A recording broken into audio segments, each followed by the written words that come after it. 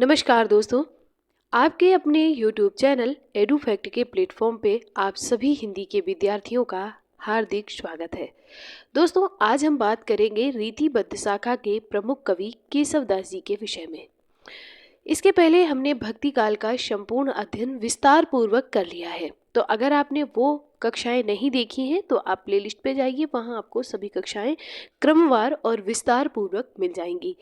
आज की क्लास में हम केशवदास जी के विषय में अध्ययन करेंगे। इसके पहले की क्लास में हमने रीति काल की प्रमुख प्रवृत्तियां, रीति काल का नामकरण कौन किसने क्या नाम दिया है, इसके विषय में हमने अध्ययन किया है। वो भी आपको प्लेलिस्ट पे क्लास मिल जाएगी। आज की क्लास में हम बात करेंगे रीतिबद्ध शाखा के प्रमुख कवि केशवदास जी के विषय में। दोस्तों, अगर हम केशवदास जी की बात करें तो इनका जन्म हुआ था 1555 ईस्वी में और इनकी मृत्यु 1617 ईस्वी में हुई थी। इनके पिता जो थे वो काशीनाथ मिश्र जी थे, याद रखिएगा। ये राजाश्रित कवि ओरछा नरेश इंद्रजीत सिंह के बाद इन्हें वीर सिंह देव का संरक्षण प्राप्त हुआ था। कहने का मतलब है कि पहले ये इंद्रजीत जी के यहाँ रहते थे, उसके बाद में ये वीर सिंह देव जी के यहाँ पे रहने लगे थे। ये ओरछा के राजा थे। वीर सिंह का नाम इतिहास में भी बड़ा प्रचलित है, वीर सिंह बुंदेला के नाम से, याद रखिएगा आप। ओरछा नरेश के दरबारी कवि, गुरु और मंत्री केशवदास जी ही थे। इनकी बड़ी अच्छी पदवी है। डॉक्टर नगेंद्र ने रीति काल का प्रवर्तन केशवदास जी से ही माना है, याद रखिएगा। आपका हर एक पॉइंट एक एक प्रश्न बनाने की हैसियत रखता है। आप याद रखिएगा कि जो केशवदास जी को रीति काल का प्रवर्तन माना है वो किसने माना है, तो डॉक्टर नगेंद्र ने माना है। अगर इस तरह से क्वेश्चन पूछे जाए और अगर इस तरह से क्वेश्चन बने कि डॉक्टर नगेंद्र ने रीति काल का प्रवर्तन किस कवि से माना है, तो आप बताइएगा कि केशवदास जी से माना है। विश्वनाथ प्रसाद मिश्र ने केशवदास जी को हिंदी का प्रथम आचार्य माना है, याद रखिएगा। केशव को अलंकार प्रधान चमत्कारी कवि और आचार्य की उपाधि भी दी गई है। ये याद रखिएगा कि इन्हें अलंकार प्रधान कवि माना गया है। इनके जो भगवान थे वो भगवान का मतलब इनके जो इष्ट देव थे वो श्री राजा रामचंद्र जी थे, ये याद रखिएगा। रामचंद्र शुक्ल जी ने केशवदास जी के विषय में कहा है, केशव को कवि का हृदय नहीं मिला, उनमें वहाँ सहजता व भावुकता नहीं थी जो एक कवि में होनी चाहिए। ये आप याद रखिएगा, ये आपसे कोटेशन पूछी जाती है। शुक्ल जी ने केशव को कठिन काव्य का प्रेत कहा है, ये याद रखिएगा। ये कई बार आपकी टीजी टीपीजी परीक्षाओं में आया भी है।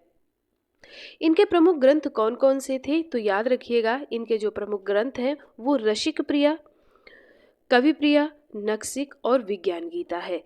ठीक है। इनके प्रबंध काव्य हैं उनकी अगर हम बात करें तो रामचंद्रिका, रतन बावनी, वीर सिंह देवचरित और जहांगीर जस चंद्रिका, ये इनके 4 प्रबंध काव्य हैं। अब अगर हम इनके ग्रंथ रसिक प्रिया की बात करें तो रसिक प्रिया जो ग्रंथ है ये आपका शास्त्रीय ग्रंथ है और इसमें नायिका भेद का वर्णन मिलता है और ये श्रृंगार रस प्रधान दिखाया गया है। अब आप इसमें 2 बातें याद रखिएगा, एक तो ये श्रृंगार रस प्रधान है, दूसरा नायिका भेद है, और एक बात और याद रखिएगा कि शास्त्रीय ग्रंथ है। ठीक है, शास्त्रीय ग्रंथ है, ये आप याद रखना इतना जरूरी नहीं है, लेकिन नायिका भेद का इसमें वर्णन है और श्रृंगार रस प्रधान है। ये दोनों बातें आप याद ही रख लीजिएगा। कवि प्रिया की अगर हम बात करें तो केशवदास जी ने अपने आश्रयदाता राजा इंद्रजीत सिंह, यानी जिनके यहाँ ये पहले रहते थे, उनकी पतिव्रता गणिका जो थी राय प्रवीणा को काव्य शिक्षा देने के उद्देश्य से इसकी रचना की थी।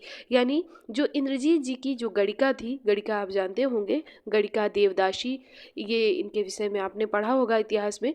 तो गणिका और गणिका जो थी राय प्रवीणा, इसको काव्य की शिक्षा देने के उद्देश्य से इन्होंने कवि प्रिया का रचना किया था। इसी में केशव ने अपनी वंश परंपरा का भी वर्णन किया है, ये भी याद रखिएगा, क्योंकि ये वंश परंपरा का केशवदास जी ने वर्णन कहाँ किया है, तो इन्होंने कवि प्रिया में किया है, ये बात आप याद रखिएगा। आगे बढ़ेंगे। कवि प्रिया अलंकार पर आधारित काव्य शास्त्रीय ग्रंथ है, ये भी आप याद रख सकते हैं। आगे बढ़ेंगे। कवि प्रिया का प्रसिद्ध कथन कौन सा है, तो ये वाला याद रखिएगा कि भाषा बोल न जानहीं जिनके कुल के दास, भाषा कवि को मंद गति ते कुल केशव दास। ते ही है, यहाँ पर तेरी नहीं है, यहाँ पर ते कुल केशव दास है, याद रखिएगा। ठीक है, ये वाला आप याद रख सकते हैं। तीसरा इनका ग्रंथ है नखशिख वर्णन। इसमें नायिका के नख से लेकर शिख तक का वर्णन किया गया है, यानी किसी भी नायिका का वर्णन अगर किया जाएगा तो उसका नायिका का नख से लेकर शिख तक का वर्णन किया जाएगा। उसी पर आधारित एक इनकी रचना है, उसको नखशिख वर्णन नाम दिया गया है। अब हम इनकी प्रसिद्ध रचना जो रामचंद्रिका है उसके विषय में अध्ययन कर सकते हैं। इनकी जो रामचंद्रिका रचना है, इसका जो रचना काल है वो है आपका 1610 ईस्वी, याद रखिएगा।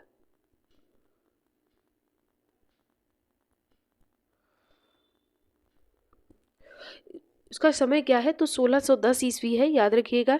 ये एक भक्ति परक रचना है और इसमें राम कथा का वर्णन किया गया है, ये भी आप याद रखिएगा। इसमें 39 प्रकाश है और 125 प्रकार के छंदों का वर्णन है। ये आप मोस्ट इम्पॉर्टेंट पॉइंट है, इसको आप जरूर याद कर लीजिएगा। ठीक है, ये एक प्रबंध काव्य है और ये रीतिकाल की संवाद योजना की सर्वोच्च रचना मानी जाती है, ये भी आप याद रखिएगा। आगे बढ़ेंगे। पीताम्बर दत्त बड़थवाल ने रामचंद्रिका लिखा है कि रामचंद्रिका फुटकल कवित्वों का संग्रह है। कहा जाता है कि इसकी रचना एक रात में हुई थी। ठीक है, किसने कहा है? ये पीतम दत्त बड़थवाल जी ने कहा है, याद रखिएगा। पीताम्बर दत्त बड़थवाल जी ने ही गोरखवाणी का संकलन किया है, ये भी आप याद रखिएगा। ठीक है, आपने पढ़ा होगा पीछे के लेक्चरों में, हमने गोरखनाथ जी के विषय में आपको विस्तार पूर्वक अध्ययन कराया है।